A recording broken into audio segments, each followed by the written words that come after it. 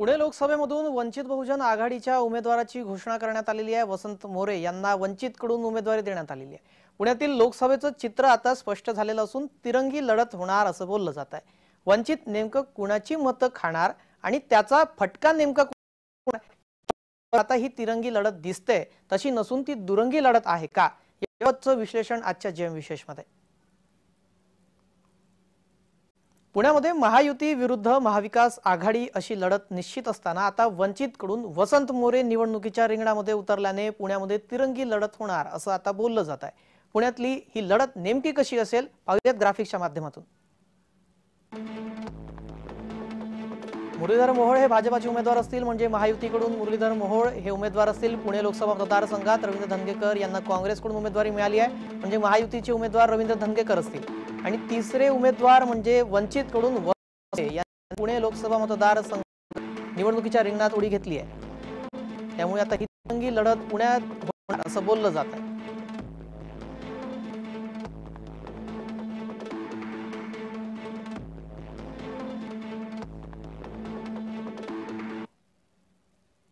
वसंत मोरे यांनी अर्ज भरण्यासाठी तयारी केलेली आहे आणि वंचितकडून ते उमेदवार असतील ते आता प्रचारासाठी देखील लागलेले आहेत। प्रचार जोरात सुरू आहे आणि भारतातला पहिला खासदार वंचितचा म्हणून निवडून येणार असा विश्वास देखील वसंत मोरे यांना आहे आणि तो त्यांनी माध्यमांपुढे बोलून देखील दाखवलेला आहे। काय म्हणाले वसंत मोरे या संदर्भात पाहूया।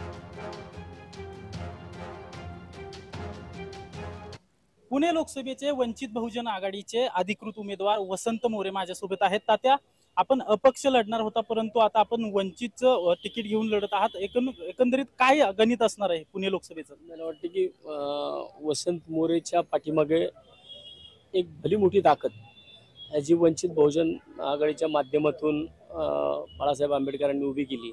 मी मनापासून त्यांचं आभार मानेल की माझ्यासारख्या एका सर्वसामान्य कुटुंबातल्या कार्यकर्त्याला त्यांनी या ठिकाणी या शहराचा खासदारकीचं तिकीट मला या ठिकाणी त्यांनी जाहीर केलं। आणि मला वाटतं की अर्धी लढाई आम्ही आजच जिंकलेली आहे, कालच। आणि मला वाटतं की आज वसंत मोरे वंचित बहुजन आघाडीची 1.5 लाख मतं सोबत घेऊन फिरतोय। आणि बाकीचे जे कॅल्क्युलेशन असेल ना, हे येणाऱ्या 8 दिवसामध्ये तुम्हाला इतर सगळ्या पक्षांचे कॅल्क्युलेशन्स बिघडलेले दिसतील। ज्यावेळेस स्वतः प्रत्यक्षात बाळासाहेब सुजात साहेब या शहरामध्ये, या शहराच्या गल्लीबोळांमध्ये तुम्हाला माझ्या प्रचारासाठी येताना दिसतील, खऱ्या अर्थानं वंचितांसाठी ते रस्त्यावरती उतरतील, तेव्हा मला वाटतं की त्यावेळेस जो समाज बाहेर पडेल ना, तो डोळे दिपवणारा असेल। मी मागाशी छत्रपती शिवाजी महाराजांच्या पुतळ्यासमोर सुद्धा मला हाच प्रश्न विचारला आणि आता सुद्धा मी बाबासाहेब आंबेडकरांच्या पुतळ्यासमोर सांगतो, वंचितचा पहिला खासदार हा पुण्याचा असेल। नक्कीच। तर हे होते वसंत मोरे, वंचित बहुजन आघाडीचा मी देशातील पहिला खासदार असेल असं त्यांच्याकडून सांगण्यात आलंय। अजिंक्य धायगुडे, जय महाराष्ट्र न्यूज, पुणे। लोकसभेच्या निवडणुकीच्या रिंगणामध्ये जेही उमेदवार असतात प्रत्येकाला आपणच विजयी होणार असा आत्मविश्वास असतो। असाच विश्वास वसंत मोरे यांनी माध्यमांपुढे बोलून दाखवला। तसाच विश्वास पुणे लोकसभा मतदारसंघामध्ये रवींद्र धंगेकर, मुरलीधर मोहोळ यांनी सुद्धा व्यक्त केलेला आहे। मुरलीधर मोहोळ हे भाजपाकडून म्हणजे महायुतीचे उमेदवार पुणे लोकसभा मतदारसंघात असतील। आपणच या मतदारसंघातून विजयी होऊन जाणार लोकसभेवर असा विश्वास त्यांनी सुद्धा व्यक्त केलेला आहे। पाहूयात काय म्हणाले।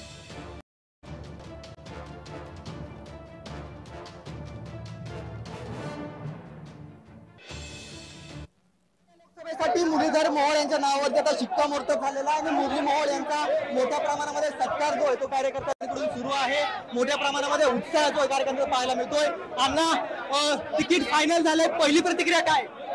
भारतीय जनता पार्टी हा एकमेव पक्ष आहे की ज्याच्यामध्ये कार्यकर्ता स्तरापासून करणारा मी कार्यकर्ता आणि आज मी लोकसभेचा उमेदवार झालो ते फक्त याच पक्षात होतं।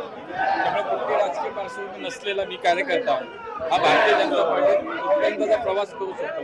त्यामुळे माझ्या पक्ष नेतृत्वाला मी मनापासून धन्यवाद देईन की माझ्यासारख्या कार्यकर्त्याला पुणे लोकसभा निवडणूक जिंकण्यासाठी काही आव्हान नाही। मोदीजींचं 10 वर्षाचं काम, देवेंद्रजींचं 5 वर्षाचं आणि आत्ताचं शिंदे साहेब, अजितदादा आणि देवेंद्रजींचं सरकारचं काम 5 वर्ष महापालिकेमध्ये भारतीय जनता पार्टी म्हणून सत्ताधारी आम्ही केलेलं काम। त्यामुळे पुणेकर पूर्ण विकासासोबत असतात, विकासाच्या कामासोबत राहणार। मोदीजींना प्रधानमंत्री करण्यासाठी पुण्याचे एक मत द्यायचा निश्चय पुणेकरांनी केलाय।